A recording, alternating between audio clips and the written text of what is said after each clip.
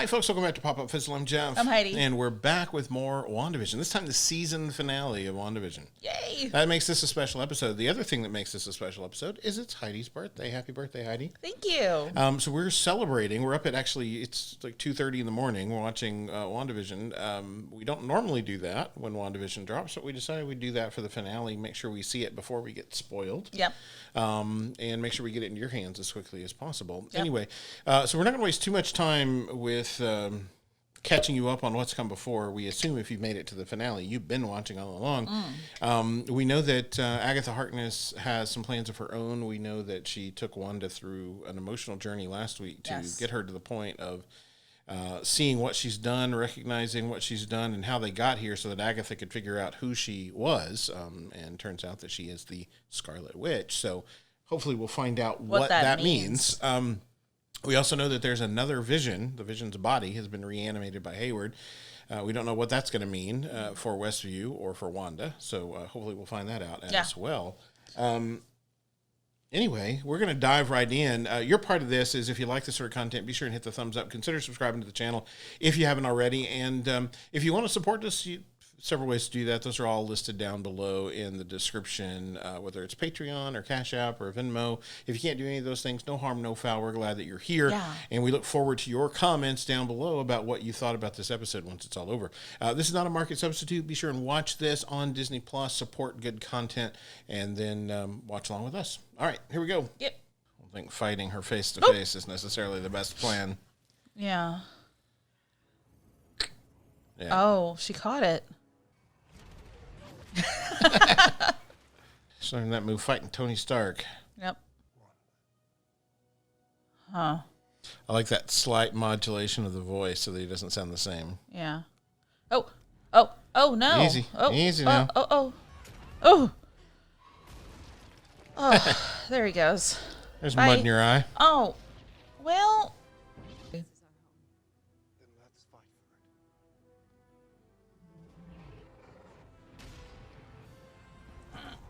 Oh.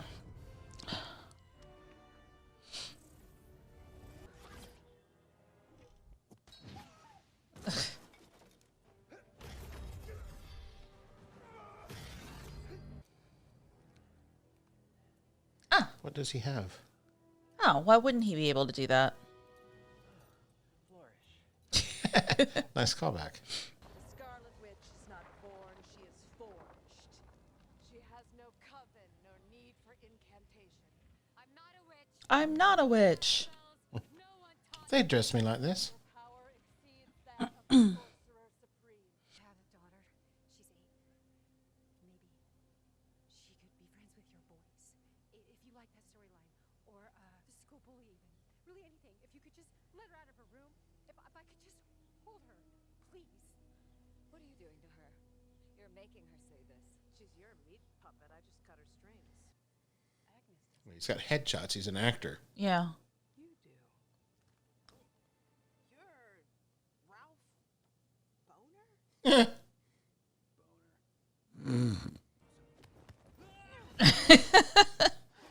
Yeah, not much of a fighter there, are you?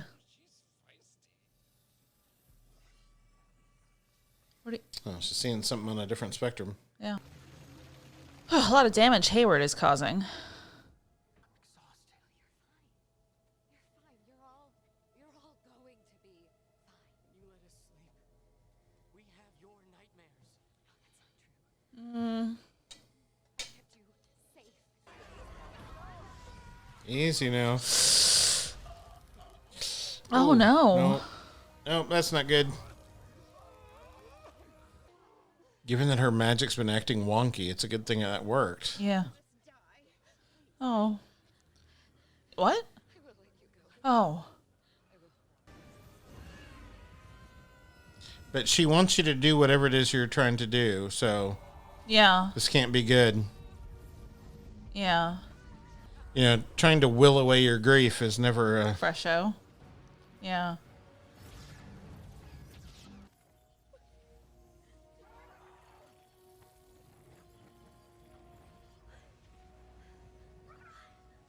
Oh, no. Now do you see?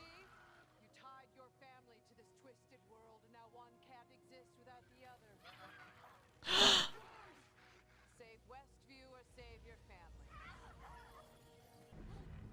Oh no. Well,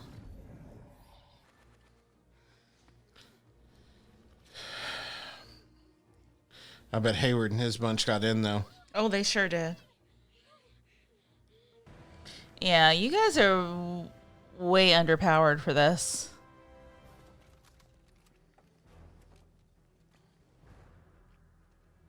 Listen, boys.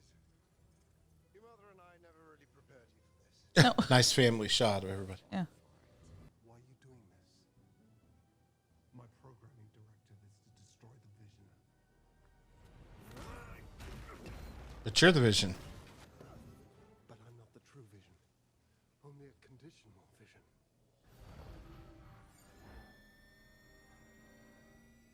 Oh.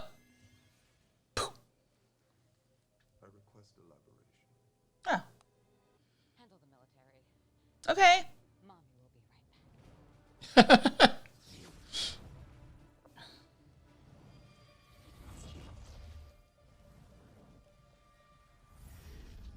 Hmm?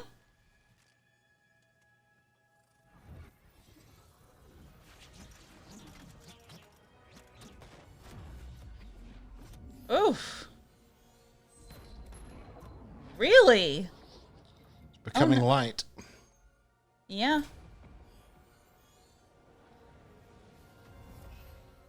All right. Nice catch, kid. But look out. Darcy. Darcy.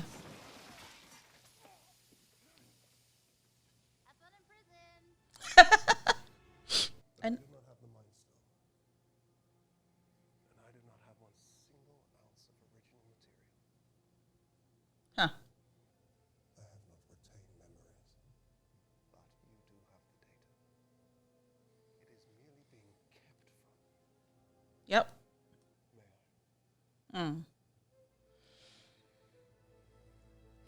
I love that even his posture and facial expressions are harsher. Mm-hmm.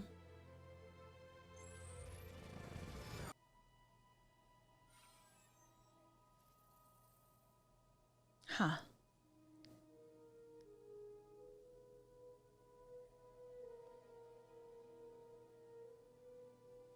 I am vision. Oh. Oh, Oh. there's an old trick. Yep.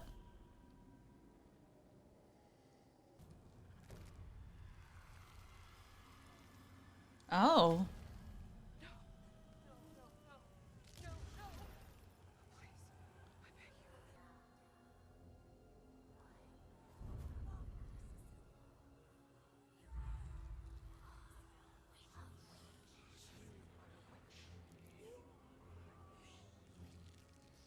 You are the Scarlet Witch. Power isn't your problem, it's knowledge.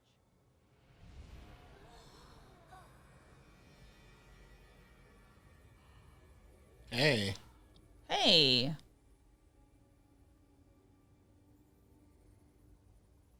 Give me your power.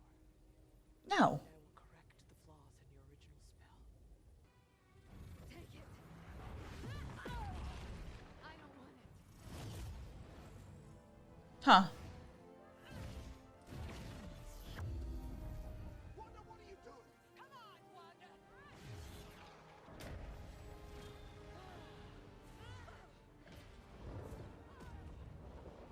This world you made will always be broken.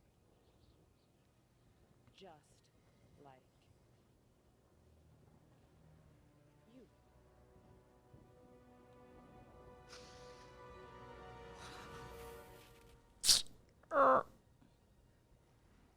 Is that knowledge you said I was missing? Yep.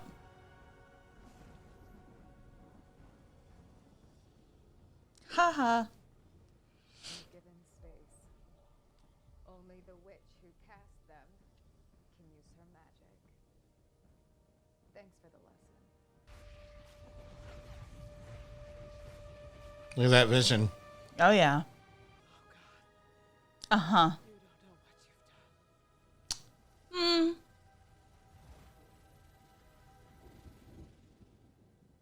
Bet she does. I'll give you the role you chose.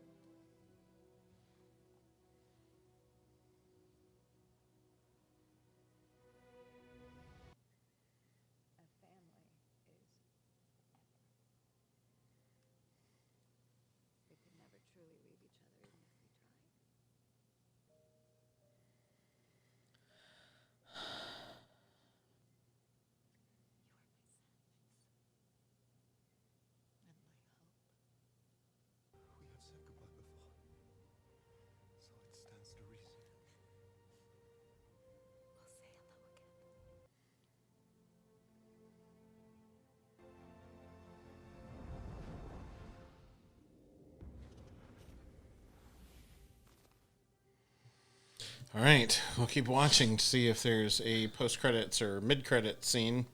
Or both. Or both. I was sent by an old friend of your mother's. Oh. He'd like to meet with you. Where? Ah.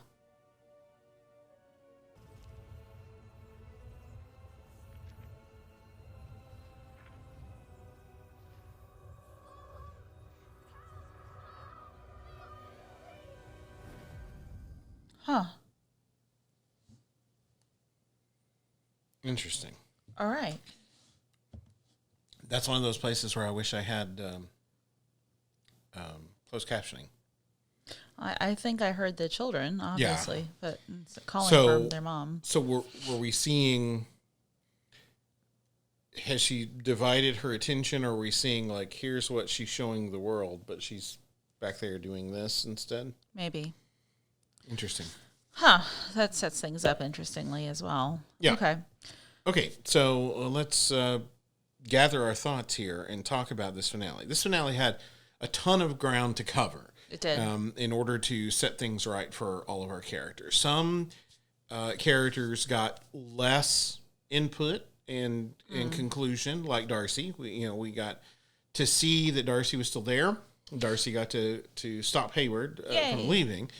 But really, that was all we got from Darcy. So she got the least amount of story stuff. Jimmy Woo got to bring in the FBI to help set things right and to help the people Clean of up. Westview Yep. Clean up. we never did find out who his guy was in the witness protection program. So we definitely got some more of Monica and got her set up for whatever comes next for her. Yep. Which I don't think I've heard yet whether Captain Marvel 2 is happening in the past or whether it's happening in the present. So, Yeah. I don't know if it'll take place in between the 90s and now or whether it'll take place now. So, I guess we'll find out. Yeah, I think we'll find out. We But know that she's supposed to be in it. So, whether they do that as like a set piece, like here's now and they're talking about something that happened before Maybe. so that we get her mom in it again, or whether it's just clearly set. Well, I in the mean, present. I Who think knows? there is a very clear, like, we're not talking about Captain Marvel vibe from her early Right. on in this series. So maybe we'll get to find out what that was, or maybe it's just she's just mad because she wasn't there for her mom. You know, it's just Yeah. tough to say. And then we got to find out more about what the Scarlet Witch means. I will say my only real complaint about this finale, my only real bit of sticky point for me, is that we had the Darkhold in Agents of S.H.I.E.L.D. I feel like Agents of S.H.I.E.L.D. is canon. It bothers me that we got a different Darkhold in this show. If they would have at least made it look like it looked in Agents of S.H.I.E.L.D., which was how it looks in the comics, by the way, then I would have been okay with it. But there were also numerous other magic books that they could have made it. So, little sticking point for me. Yeah, I'm kind of on your side with that one, like the dislike of Agents of S.H.I.E.L.D. being cast out as canon, because that's, it started out as canon. There's no reason to think that it shouldn't have continued that way. Right. So, Now, I get that maybe by the time they did some time travel and some stuff in the last couple of seasons, that maybe they moved into an alternate timeline or something. Yeah. And I can buy that, but I still feel like not acknowledging Agents of S.H.I.E.L.D. is a real slight to a really quality show. Yeah. But that's my only bone to pick with this. Let's go character to character. Okay. So let's start with, obviously Wanda's had the biggest arc here, but let's start with Vision. So we started the episode with 2. we did. We don't know what happened to the white one. We don't. Okay. And I feel like that's the hope for the future. And I think that's why he said to her, We'll see each other again. we'll see each other, or basically, But- like who knows how I'll appear next time. What's really fun and interesting is actually he named that thought what is it called, like a thought theory thing. I didn't know the name of it, but I absolutely knew it. So as soon as he started describing it, I was like, oh, I know that. Yeah. So naturally. Yeah. But it was absolutely the perfect parallel to Vision and Vision having that conversation. And interestingly, the RoboVision, you know, taking it upon himself to ask for elaboration. He could have been very mindless. Sure, but I think our Vision understood, like, I know that brain. I know how that brain works. Yeah. It's been, you know, conditioned in a certain way, but I also know how it thinks. So I'm going to give it something that it will have to consider. Yep. And, you know, and it'll have to at least see that he's no more Vision than I am. Yep. And no less Vision than I am. They're both Vision and they're both not Vision. Right. So. And so I love that piece of her that became the Vision of Westview was still so much Vision that he was able to do that. And throughout this series, I feel like, you know, there's lots of different types of acting, right? There's the big scenery chewing acting, you know, that happens. There's Agatha. But that's fine, because that's what that character is meant to be. Catherine Hahn's chewing scenery because that's the character. And it works. And you kind of need that to, you know, hold a mirror up to Wanda and Vision and everything else in Westview. You need something a little bit over the top. But what I love is that, you know, and we'll talk about Elizabeth Olsen here in a minute, because I really feel like she was stellar throughout this series. Yeah. But Paul Bettany, I think, is one of those people that could go underappreciated, because there's such a subtlety in his performance. Him as our Vision, as the Westview Vision, the love that he has for Wanda, but also the love that he has for the truth, and his inability to not poke at falsity when he sees it, and to dig in such a subtle way, and you know, like he cannot refrain from being true to himself, even though he's just a memory of Vision. Yeah. But Paul Bettany's performance, I was thinking about this last week when we saw the beginning of the Westview spell, when we saw the beginning of the Hex, when when she recreated him, the way that he said Wanda. I mean, literally, even before he said "Welcome Home," which was also delivered well, just the way that he said her name was such a simple, understated, but there was so much love and affection, and like, I'm so glad to see you again. There was so much in just his delivery of her name that sells the relationship between the two of them. And that's the thing that I feel like you have to really keep in perspective, is that we have not had movies to build our understanding of how much they love each other. We've had moments in other people's movies to see this develop. We've had bits and pieces seeded through, and yet every time, because these two actors give us such great performances, we believe it, we buy it, that it's just odd enough, it's just weird enough to work, and that, you know, the pain that came last episode from her saying that she couldn't feel him, hearkening back to Infinity War, when she said that she only felt him, when he was talking about how he didn't really understand the stone fully. And she said, all I feel is you. And then he said that back to her when she's trying to destroy the stone. All I feel is you. That becoming such a sad thing last week when she did not feel him.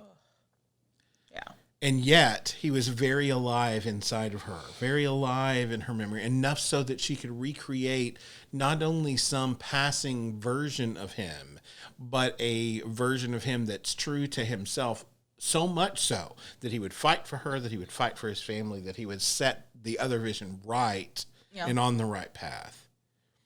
Self-sacrifice. When he left the Hex and was falling apart, he was asking for help, not for himself, but for the people of Westview. So true was he to what she knew Vision to be. So, and I feel like all of Paul Bettany's subtle takes on the dialogue that he's given endears Vision to us in a way that if somebody else were playing that character, we might not get. He is absolutely perfect for that. So I can't so imagine while anyone playing so him. while Wanda is the bigger part of WandaVision, while clearly she's the focal point, her magic is the center of all of this. I feel like the subtlety of Paul Bettany's performance really makes this thing work. And I'll even forgive him for teasing a guest star when he meant himself. Yeah. But yeah, I feel like he deserves all the kudos for the small moments that he's given that he makes pay huge dividends with the subtlety of his performance, and even playing fake fission, if you will. Even playing RoboVision. even playing that now clearly they modulated the voice a little bit to make him sound a little bit scarier and a little bit more robotic.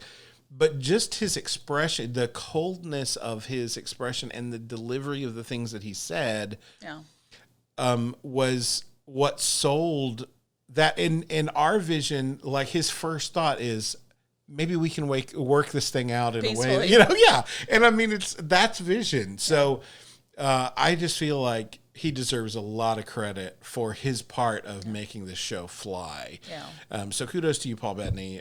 Great performance all the way around. I'll let you start talking about Elizabeth Olsen, because there's a lot to cover there. There's so much to cover.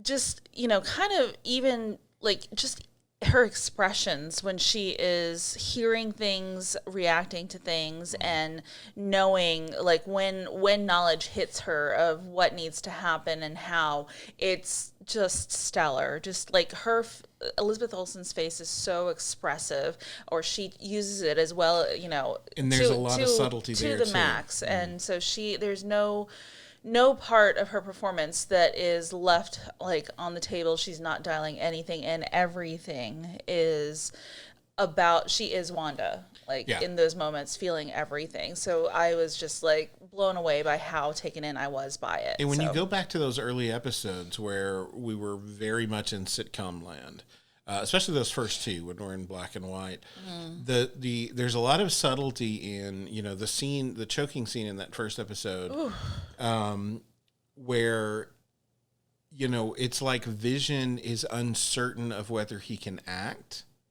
in that moment because it'll blow their cover to a certain extent, and she says, Vision, like she prompts him to act because our Wanda knows that she can control whether or not they notice and respond to him using his powers. He does not know that. Vision does not know that. So he's hesitant, and she frees him to go and do that.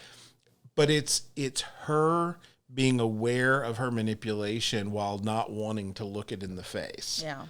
And she immediately covers it up because we go back to laugh track. We go back to the regular filming style. So, but the subtlety of just some of her looking at the woman pleading with her to stop it, and her looking at Vision and Vision looking back at her. There's so much carry through with just those facial expressions. Just their looks at each other.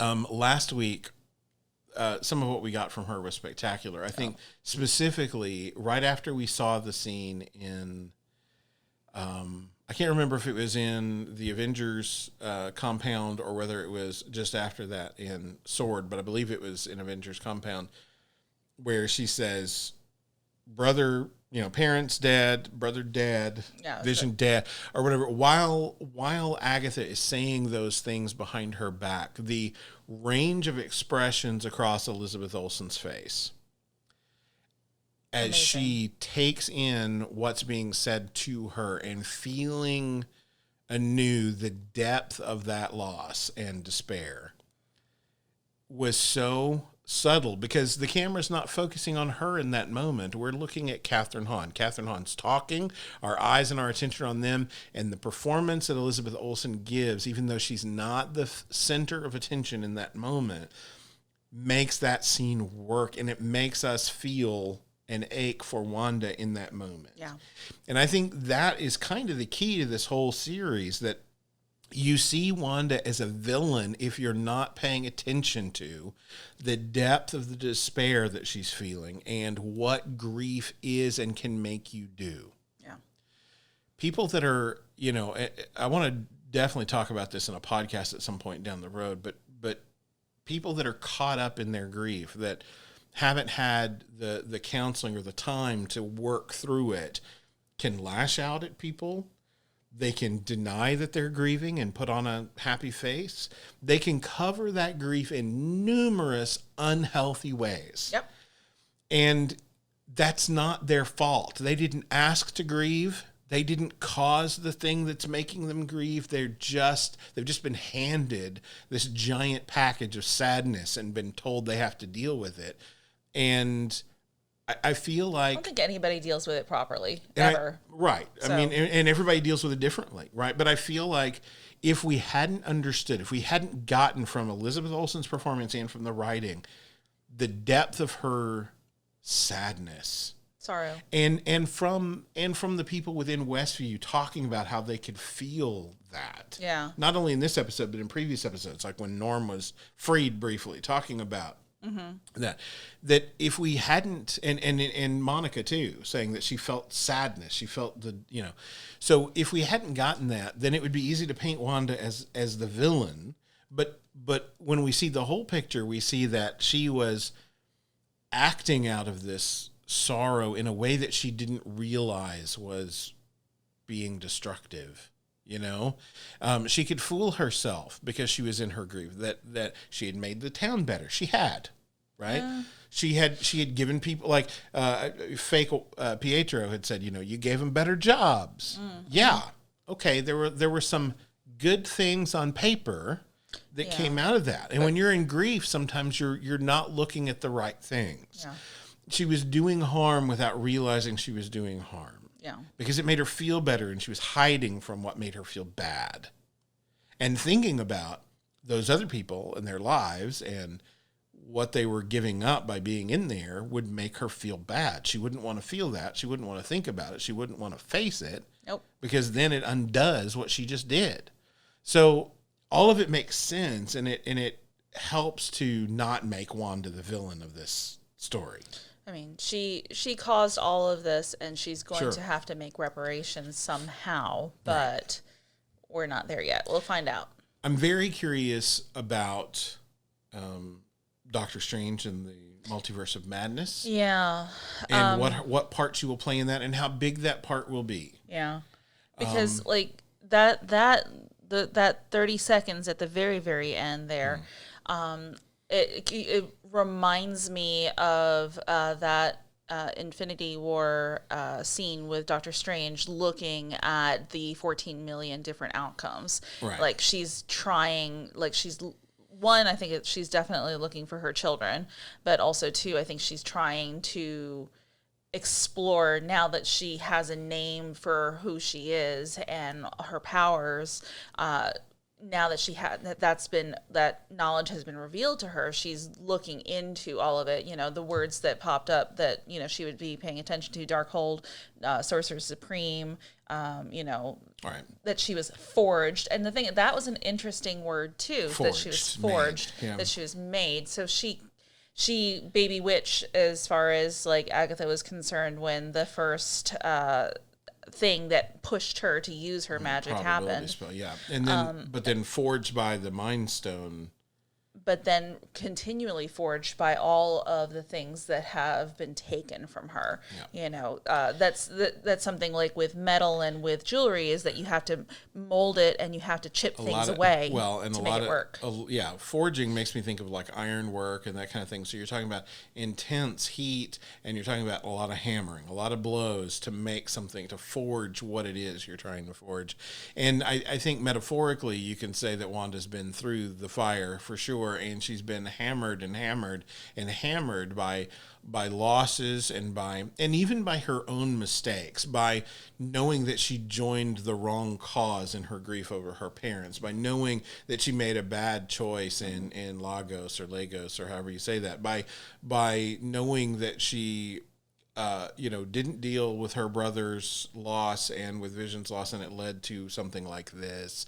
That these are things that have forged her into who she is, and clearly what she is the Scarlet Witch. What that'll mean for Marvel and the multiverse, and specifically for Doctor Strange, I guess we'll find out when that movie comes out. But I'm definitely curious as to what part she'll play there. Yep.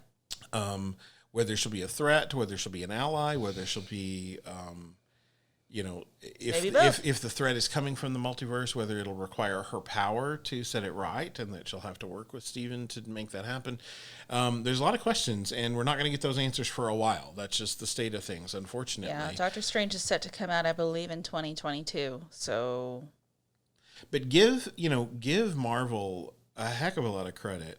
Always. Kevin Feige and his crew for taking something that is primarily about Wanda and Vision, who have had their place among the Avengers, and giving us a character from Ant-Man and the Wasp and making him important to what's going on here in a vital piece by giving us Monica Rambeau from Captain Marvel and making her an important part, a linchpin, somebody that can reach Wanda, someone that, as she pointed out, Wanda, you could read my mind. You saw me as an ally. You knew there was something that you trusted. Trust that again. That they could take a character like Darcy and add her into this mix. That it seems like a weird concoction. I remember when they announced the cast going, how? What? But it worked. So I really am excited to see what that means for more Disney Plus Marvel collaborations, and to see what it means for Phase 4 in general. What are we building toward? I don't think Marvel is going to sit back and go, okay, we just did a bunch of, Infinity War and Endgame, so now we got Phase 4, and we're just going to kind of let everybody have their own little thing. I think we're still going to be building to something. Yep. The question is, what are we building to? What? It seems like multiverse is a part of it, and I'm curious as to what that'll mean in the larger sense. Yeah. So this has been, I said this at the beginning of our reactions, that when I heard the title WandaVision, I was like, oh, that sounds so stupid. Of course I was wrong. Thank you, Marvel, for showing me that I was so wrong. I know that there were a lot of people online and in my life who, were tangentially, watching MCU things, and a lot of people just didn't get it for the first few episodes. They're like, ugh, I can't deal with black and white. Ugh, I don't like that old sitcom-y stuff. Ugh, whatever. And it's like, you've got to know that MCU always has a plan. Like, I'm not going to be like a total stan for MCU, although I probably am. You probably could categorize in that box. But like, they have never let us down with the plan. Like, there's always been something that they're building towards, something that's connecting things. Even movies, and we were talking about this in the car earlier this week, even movies that have not been like people's favorites have had really important things that have built into the bigger picture. And I think that's like one of the most important things about building a world, is making sure that things connect and that there isn't anything that you can pull just a string and make it fall apart. There's nothing about anything that they've put out so far that is a total clunker, that didn't belong, that didn't need to be there. Everything fits. So, dopey as I thought the title was when we first heard about it, we were in to watch it because we knew that it was going to have something to do with everything else. Right. So, and then I also had a few people who asked me, because they know I'm at work, especially, they know I'm a big fan, and they're like, so what about, would I be able to watch this? And I was like, and I'd said it in one of our reactions. I'm like, this is not the thing to step into in the MCU. Like, if you watch anything, this is not the first thing that should be watched. Right. Now, today or yesterday, I guess, Marvel put out a viewing order for, if you want to understand WandaVision and the two characters that are involved, you can watch, start with Age of Ultron, then watch, Civil War, and then watch you learn about Jimmy Woo and Ant-Man and the Wasp, learn about, it gave you a watch order so that you could understand. But, I agree with you from our friends over at Geek Critique. Yes. But I feel like I definitely think you're right about that it's not necessarily a show that if you're not invested in the MCU, that you could just take at face value. No. You kind of have to be invested and understand the world. And the other thing is, I mean, I feel like, when I was explaining it to a friend of mine, and I'm like, did you miss this? Did you miss this? And she's like, oh, I never saw those things. I'm like, did you watch this? So there's a lot of things, like you said, like the subtle acting, but there's a lot of subtle clues and cues that are happening here too, that I think the casual watcher, like, it just depends on how you're watching miss, your how you're viewing your television or your streaming, would miss and then not understand why this is so important. And then there's also a lot of stick-to-itiveness that people probably, some people who didn't enjoy the first few episodes just didn't want to stick with it because they didn't get that it was not going to be the black and white sitcom laugh track the entire time, and anyone who thought that it was, I feel bad. Didn't and hopefully watch the trailers? Yeah, well, hopefully, maybe they were just waiting to watch the entire series together, and that's okay too. I mean, I really liked having a week to digest and kind of think about it some more.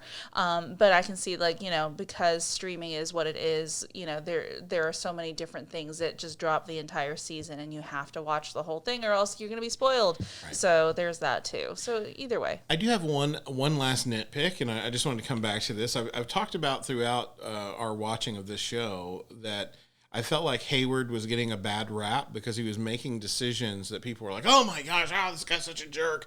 And it was like, for me, I was like, well, but if you have a job with the government, you have a responsibility to protect people.